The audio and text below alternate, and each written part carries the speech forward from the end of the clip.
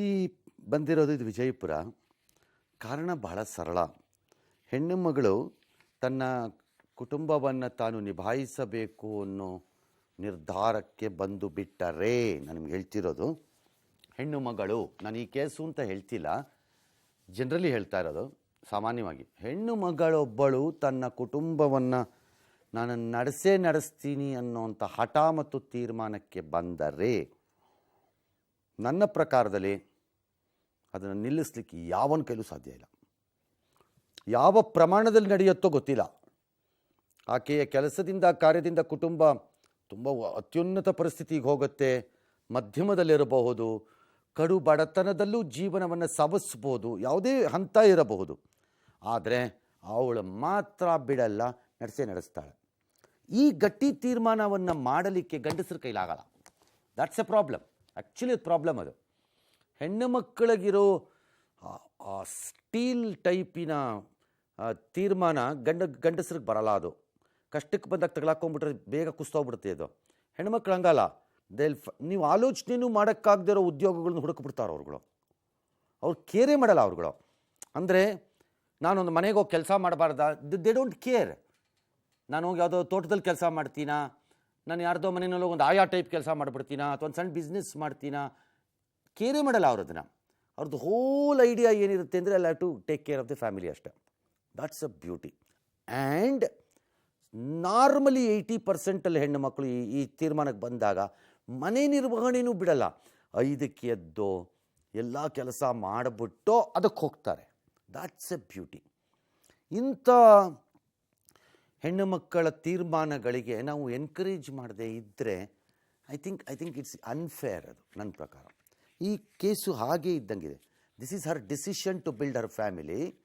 ಒಂದೇ ಇದರಲ್ಲಿ ಆಘಾತಕಾರಿಯಾಗಿರೋದು ಅಂದರೆ, ತಾನು ಕಟ್ಟಬೇಕಾಗಿರೋ ಕುಟುಂಬದಲ್ಲಿರುವ ಇನ್ನೆರಡೂ ಮಕ್ಕಳು ಸದಸ್ಯರು they cannot do anything because god has not given them the health.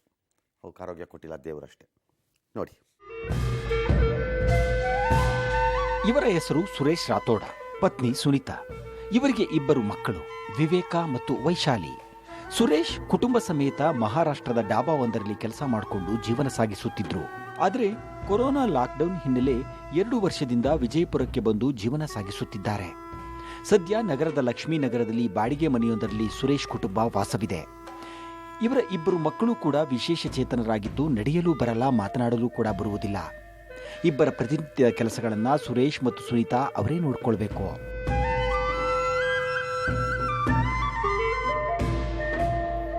ಡಾಬಾದಲ್ಲಿ ಕೆಲಸ ಮಾಡುವಾಗ ವಡಾಪಾವ್ ಮಾಡುವ ಕೆಲಸ ಕಲಿತಿರುವ ಸುರೇಶ್ ದಂಪತಿಗೆ ವಡಾಪಾವ್ ಅಂಗಡಿ ಹಾಕಲು ಸಹಾಯ ಸಿಕ್ಕರೆ ಮನೆಯ ಹತ್ತಿರದಲ್ಲೇ ವ್ಯಾಪಾರ ಮಾಡಿಕೊಂಡು ಮಕ್ಕಳನ್ನ ಆರೈಕೆ ಮಾಡುತ್ತಾ ಜೀವನ ಕಟ್ಟಿಕೊಳ್ಳುತ್ತೇವೆ ಎಂಬ ಮನವಿ ಇವರದ್ದು.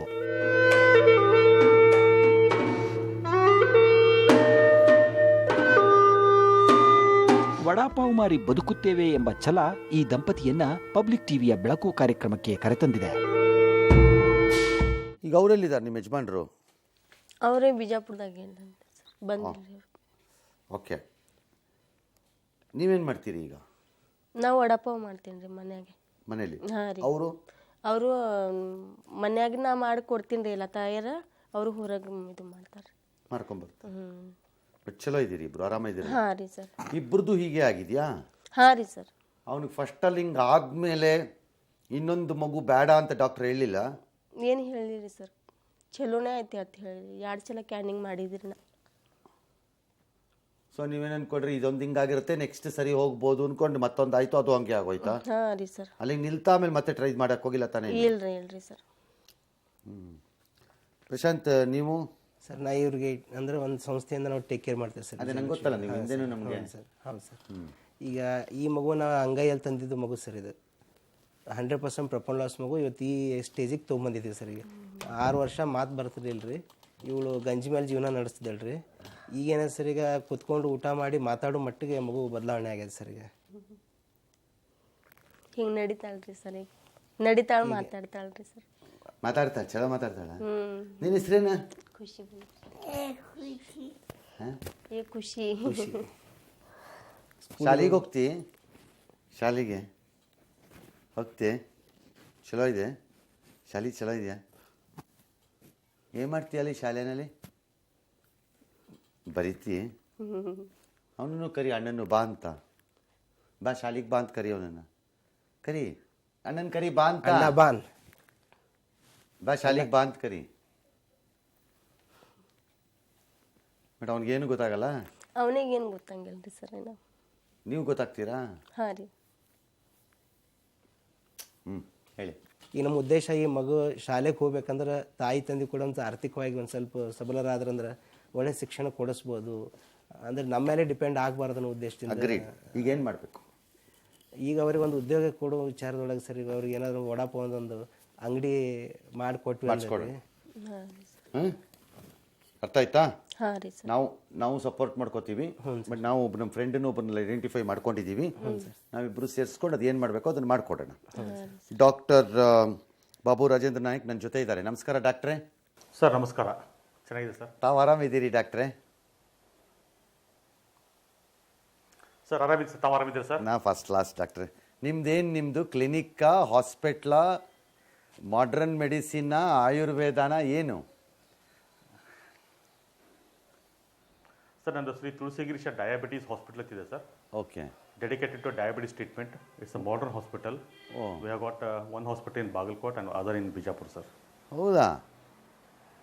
ಈ ಡಯಾಬಿಟೀಸ್ಗೆ ಏನು ಟ್ರೀಟ್ಮೆಂಟ್ ಕೊಡ್ತೀರಿ ಡಾಕ್ಟ್ರೇ? Sir allopathic medicines sir, modern ಮೆಡಿಸಿನ್ಸೇ ನಾವು ಟ್ರೀಟ್ಮೆಂಟ್ ಕೊಡ್ತಾ ಇರೋದು. ಹಾಂ. ಡೌನ್ ಆಗುತ್ತಾ? ಅಂದರೆ ಕಂಟ್ರೋಲಿಗೆ ಸಿಕ್ಕತ್ತಾ? Sir yes sir, 100% sir control ಆಗೇ ಆಗಿರ್ತದೆ. And even we have got type 1 diabetic ಮಕ್ಕಳಿದ್ದಾರೆ. ಹತ್ರ ಸುಮಾರು ಒಂದು 150 ಮಕ್ಕಳನ್ನ ಉಚಿತವಾಗಿ ನಾವು ಅಡಾಪ್ಟ್ ಮಾಡಿಕೊಂಡು ಅಡಾಪ್ಟೆಡ್ ಆಸ್ ಅಲೋಪತಿನಲ್ಲಿ ನಿಮ್ಮದು ಮೆಡಿಸಿನ್ ತಗೊಂಡ ಮೇಲೆ ಆಮೇಲೆ ಟ್ಯಾಬ್ಲೆಟಲ್ಲಿ ಇದ್ದರೆ ಟ್ಯಾಬ್ಲೆಟ್ ಬಿಟ್ಬಿಡ್ಬೋದಾ? Sir if they follow the proper guidelines, ಹೇಳಿದಂತಹ ಸಲಹೆಗಳನ್ನು ಸರಿಯಾಗಿ ಫಾಲೋ ಮಾಡಿದ್ದೇ ಆದರೆ ಔಷಧಗಳ ಪ್ರಮಾಣಗಳನ್ನು ಖಂಡಿತವಾಗಿ ನಾವು ಕಡಿಮೆ ಮಾಡ್ಬೋದು sir. But there are some ರಿಸರ್ಚ್ಗಳು ನಡೀತಾ ಇದೆ, ನಡೆದಿದೆ, ಮುಂದಕ್ಕೆ ಹೋಗ್ತಾ ಇದೆ.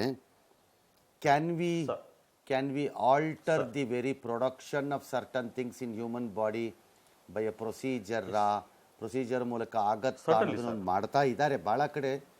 ಬಟ್ ಆಲ್ಸೋ ಡಯಾಬಿಟಿಕ್ಸು ಒಳ್ಳೆ ಇವನ್ ಸರ್ ಟ್ರೀಟ್ಮೆಂಟ್ಗಿಂತ ಮೆಡಿಸಿನ್ ಅಲ್ಲಿ ಬಹಳ ದೊಡ್ಡ ಲಾಬಿ ಅದು.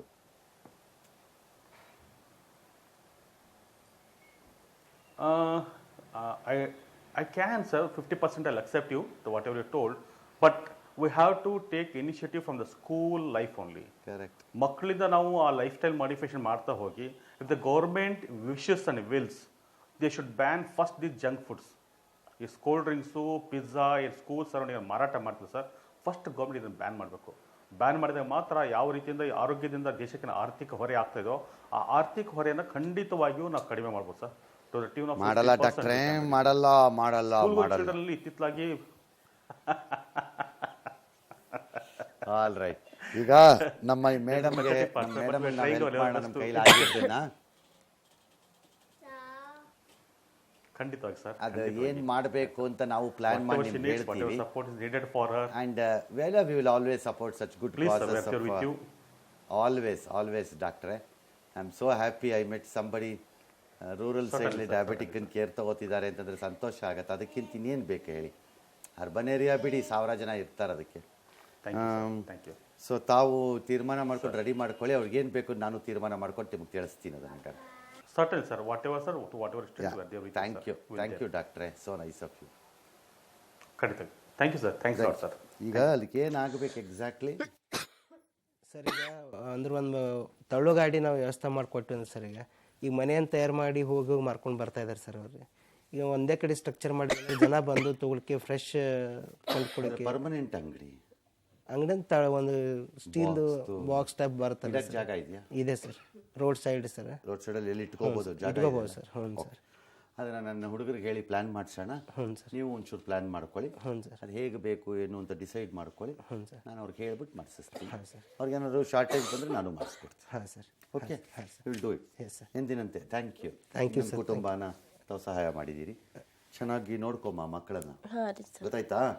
ಬಿಟ್ಟು ಇನ್ನೇನು ಮಾಡೋಕ್ಕಾಗಲ್ಲ ನೀನು. ಹಾಂ ರೀ ಸರ್. ನಿಮ್ಮ ಸಂಸ್ಥೆ ಪೂರ್ತಿ ಹೆಸರೇನು? ಶ್ರೀಮತಿ ವಿಜಯಲಕ್ಷ್ಮಿ ಸರ್ವೋತ್ತಮ್ ದೇಶಪಾಂಡೆ ಶಿಕ್ಷಣ ಮತ್ತು ಸಾಮಾಜಿಕ ಸಂಸ್ಥೆ ವಿಕಲಚೇತನ ಮಕ್ಕಳ ಪುನಶ್ಚೇತನ. ಬಿಜಾಪುರ. ಹೌದು ಸರ್, ಇನ್ನು ಬಿಜಾಪುರಲ್ಲಿ ಸರ್. ಅದೇ ಬಿಜಾಪುರದ ಔಟ್ಸ್ಕರ್ಟ್ಸಲ್ಲೆಲ್ಲ ಒಂಚೂರು ಜಾಗ ಮಾಡಿದ್ದೀರಿ ಅಲ್ಲ ಹ್ಞೂ ಸರ್. ತಾವು? ಹ್ಞೂ ಸರ್. ನಾನು ತೋರಿಸಿದ್ರಿ ನೀವು ಅದನ್ನು? ಹೌದು ಸರ್. ಫೋಟೋನೋ ಏನೋ ಅದು ಹೌದು ತೋರಿಸಿ. ಸರ್. ಹ್ಞೂ ಸರ್. All right. ಅವರ ಸಂಸ್ಥೆ ವಿಜಯಪುರದಲ್ಲಿರುವಂಥದ್ದು ಈಗ ಅವರೇ ಎಕ್ಸ್ಪ್ಲೈನ್ ಮಾಡ್ದಂಗೆ ಇದು ನಮಗೇನು ಫಸ್ಟ್ ಟೈಮ್ ಅಲ್ಲ ಅವ್ರ ಪರಿಚಯ, ಹಿಂದೆನೂ ಬಂದಿದೆ. ಈ ಥರದ್ದು ಒಂದೊಂದು ಸಂಸ್ಥೆಗಳು ಆಯಾ ಜಿಲ್ಲೆಗಳಲ್ಲಾದರೆ ಎಲ್ಲರಿಗೂ ಒಂದಷ್ಟು ಸಹಾಯ ಆಗ್ಬೋದು. ಸರ್ಕಾರ ಮಾಡೋಕ್ಕಾಗಲ್ಲ ಇದನ್ನೆಲ್ಲ, ಆಮೇಲೆ ಮಾಡೋದೂ ಇಲ್ಲ ಸರ್ಕಾರ.